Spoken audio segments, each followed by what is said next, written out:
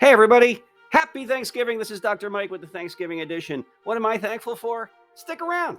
Find out.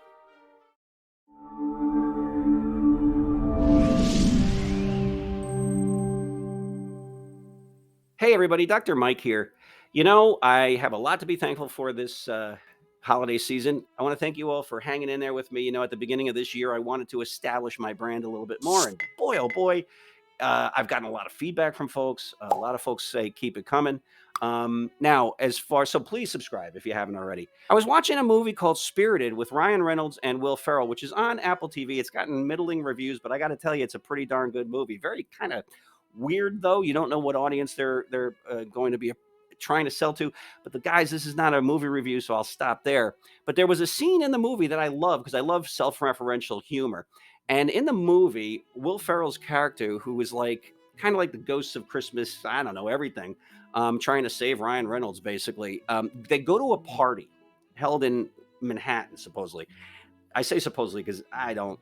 Sometimes it looked like Chicago. Who knows? You know how that goes sometimes. So they're walking through the party, and they come upon a guy who's dressed like Elf.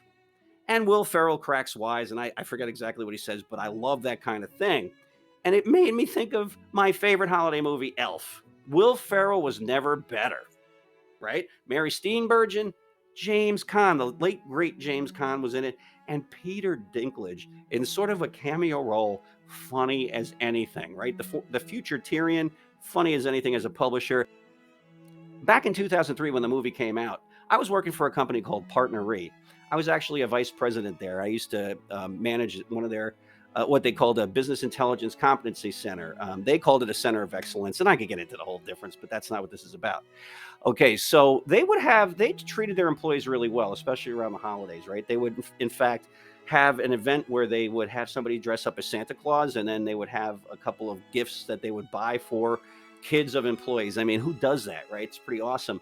I was able to persuade my senior vice president and my chief technology officer to support me taking out my entire team of 12 people. Think about this, in an afternoon after the holiday party, to go see Elf at the Landmark Center in Stamford, Connecticut, which is a beautiful place. It's the tallest building in the city of Stamford. Think about that. A lot of companies would not spring for something like that. But 20 years later, guys, when I'm watching a reference of Elf, and then I go, what I didn't tell you is then I went and watched the trailer, and this all came flooding back to me. As much as I love Elf, I'm always going to associate it with my good feelings about PartnerRe. All right. I had a friend who used to say, and he's not alone with this, that if you treat employees well, because when they leave your organization, they become your best salespeople on your behalf. They become your best advocates. I, to this day, will always think positively about PartnerRe for stuff like that. That's good management. Too often, management is penny wise and pound foolish, right? Think of the mileage and goodwill from employees who are more loyal.